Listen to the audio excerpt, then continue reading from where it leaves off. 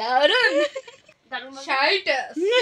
তো যে এমন কি পাস্তা বানালাম যে আমার বোনরা খেয়ে এত এত প্রশংসা করছে। তাহলে আজকের ভিডিওতে তোমাদের সাথে ওইটা শেয়ার করি। হ্যালো এভরিওয়ান, আমি সাথী। তো সেই দিন আমার বোন কাজে যাওয়ার আগে বলে গেছে যে আজকে কিন্তু পাস্তা রান্না করবি। এখানে বসে বললাম পাস্তা বানাতে। সবার প্রথমে এখানে আমি জলটা গরম বসিয়ে সেখানে পাস্তাটা সিদ্ধ বসিয়ে দিলাম।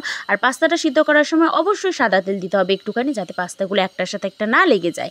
আর এখানে আমি করে নিলাম সবজিগুলো কাটিং। সবজি বলতে শুধু আলু আর পেঁয়াজ, আর এখানে কিছু কাঁচা লঙ্কা, আর তার সঙ্গে একটা ম্যাগি মশলা আর একটা সস। ম্যাগি মশলাটা কিন্তু লাগবেই লাগবে, ওটা ছাড়া একদমই পাস্তা ইনকমপ্লিট। এখানে দেখো পাস্তাটা সিদ্ধ হয়ে গেছে, আলু পেঁয়াজ কেটে নিয়েছি, আর এখানে দিয়েছি কড়াই একটু সাদা তেল গরম হতে। আর এই যে পায়েল চলে এসেছে, পায়েল হচ্ছে আমাদের পাশের বাড়ির একটা বোন। শুধু বোন না, আমার খুব ভালো বন্ধু, যাকে আমি সব শেয়ার করি। এই পৃথিবীতে আমার যারা ভালো চায় তাদের মধ্যে ও একজন। যাই হোক, এখানে রসুনটা আর একটুখানি থেতো করে নিলাম।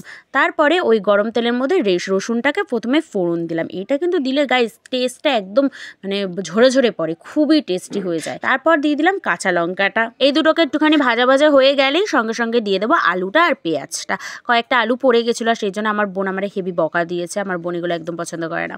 তারপর দিয়ে দিলাম এখানে একটু হলুদ আর একটুখানি লবণ দিয়ে ভালো করে এটা একটু নেড়ে চেড়ে নিয়ে এটা ঢাকা চাপা দিয়ে দেবো, যাতে সবজিগুলো তাড়াতাড়ি সিদ্ধ হয়ে যায়। এই ধরনের চাউমিন, পাস্তা এগুলো কিন্তু আমার বোন আমার হাতেরটা খেতে বেশি ভালোবাসে। আর এই যে হচ্ছে আমার বোন, বিশ্ববিখ্যাত আমার বোন। আর আমার বোন এখানে গ্যাস সিলিন্ডার উপরে বসে আছে। বারবার বলছি নাম নাম নাম, কিছুতেই আমার কথা শুনছিল না। লাস্ট টাইম বলছে তোরা দুজন ঘরে যা, কিছুতেই যাবে না, ওখানে বসে বসেই গল্প করবে। আর আমার প্রাণের মধ্যে ভয়, যদি বাই চান্স গ্যাস সিলিন্ডারটা বাস্ট করে তখন কি হবে গাইস। তো এখানে আমি ঢাকনাটা একটুখানি সরিয়ে নেব, নিয়ে একটু আলু ভেঙে চেক করে দেখবো যে আলুটা সিদ্ধ হয়েছে নাকি। দেখলাম আলুটা সিদ্ধ হয়ে গেছে।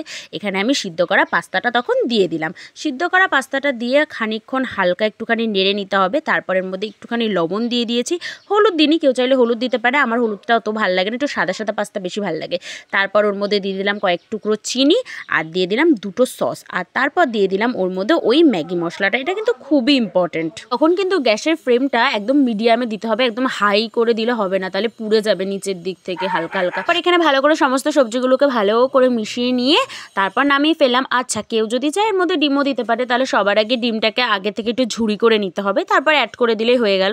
আর তারপর এখানে আমি ভাগ করতে বসলাম। আর গাইস জানো, ভাই বোনরা থাকলে পরে এই ভাগের সময় যে কি প্রবলেম হয়, ওই জন্য আমার মা সবার প্রথমে বলে যায় যে তোরা ভাগ কর। মানে মা এইসব ঝামেলার মধ্যে থাকতেই চায় না।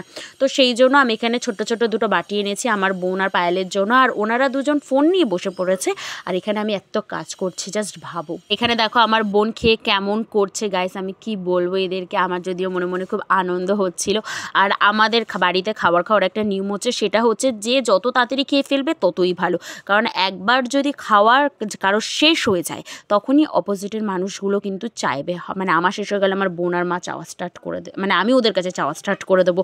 আমার মায়ের শেষ হয়ে গেলে আমার আর বোনের কাছে চাওয়া স্টার্ট করে দেবে। এই জন্য যত তাড়াতাড়ি পারো ভাই খেয়ে শেষ করে ফেলো। আর এখানে দেখো আমি গামলা নিয়ে বসেছি বলে ওরা আবার আমার ভিডিও করছে, কি বলবো গাইস। যাই হোক গাইস, আজকের ভিডিওটা এইটুকুই। যদি ভালো লাগে তাহলে লাইক কমেন্ট শেয়ার করো, আর আমার চ্যানেলটা প্লিজ সাবস্ক্রাইব করে আমার পাশে থেকো। আর এখানে দেখো আমি পাস্তার সাথে দুপুরবেলা মা আলু আর সয়াবিনের সর্ষে বাটা করেছিল, সেটা দিয়ে খাচ্ছি। তোমাদের কেউ কি এরমভাবে খাও? আমি খাই, আমার খুব ভালো লাগে। যাই হোক, ভিডিওটা ভালো লাগলে লাইক কমেন্ট শেয়ার করো, আমার চ্যানেল সাবস্ক্রাইব